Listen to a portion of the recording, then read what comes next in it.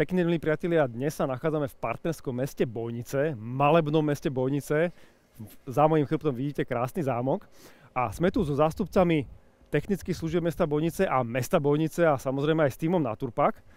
A keďže v tomto meste, podobne ako v iných lokalitách, dojde k zmene systému triedenia z dvojkombinácie na tzv. Trojkombináciu, o tom viac potom v samostatnom videu.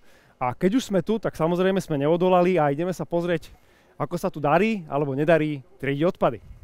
Poďte so mnou. No, toto je červený kontajner, v ktorom sa momentálne zbiera dvojkombinácia, čiže nápojové kartóny, ľudovo tetrapaky spoločne s kovovými obalmi. Vidíme, že na taký úplne prvý pohľad nie je to úplne najhoršie. Vo veľkej prevahe sú už konzervy.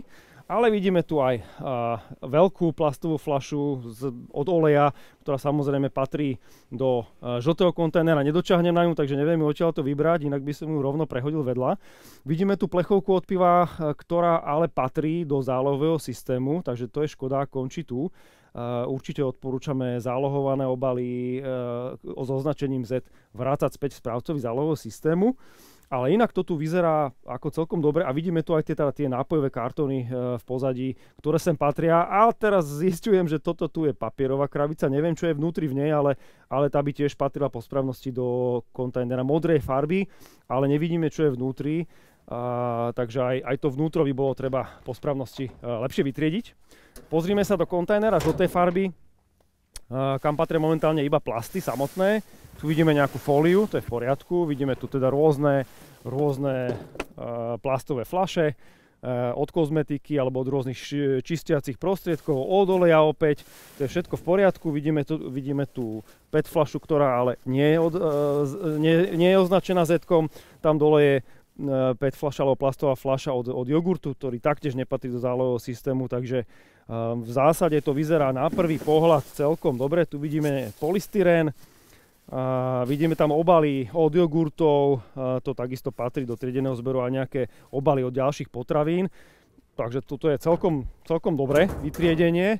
No a dostávame sa k modrému kontajneru, určenému pre papier, a vidíte, toto je tá chronická choroba slovenská, nestlačanie krabíc. Poprosím kameru, aby sa pozrela dovnútra.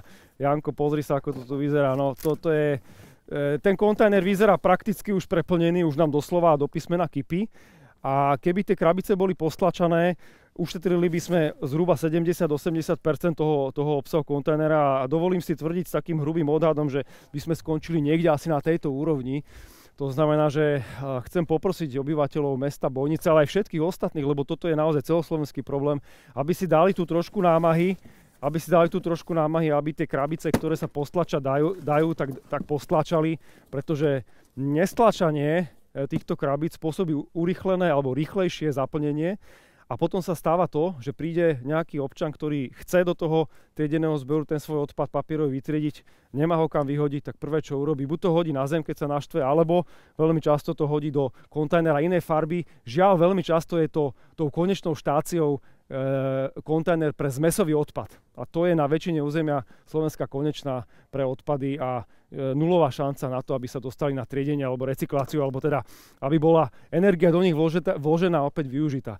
Takže najzásadnejšia chyba pri tomto kontajneri je nestlačanie. My sa potom do toho po natáčaní pustíme. Pozrieme, či tu je ešte niečo iné okrem papiera. A zatiaľ to vyzerá teda naozaj, že je tu teda papier, ale teda ten problém, sem tam nejaký plast tam vidíme, ktorý patrí do žltého, ale tá zásadná chyba je to nestlačanie.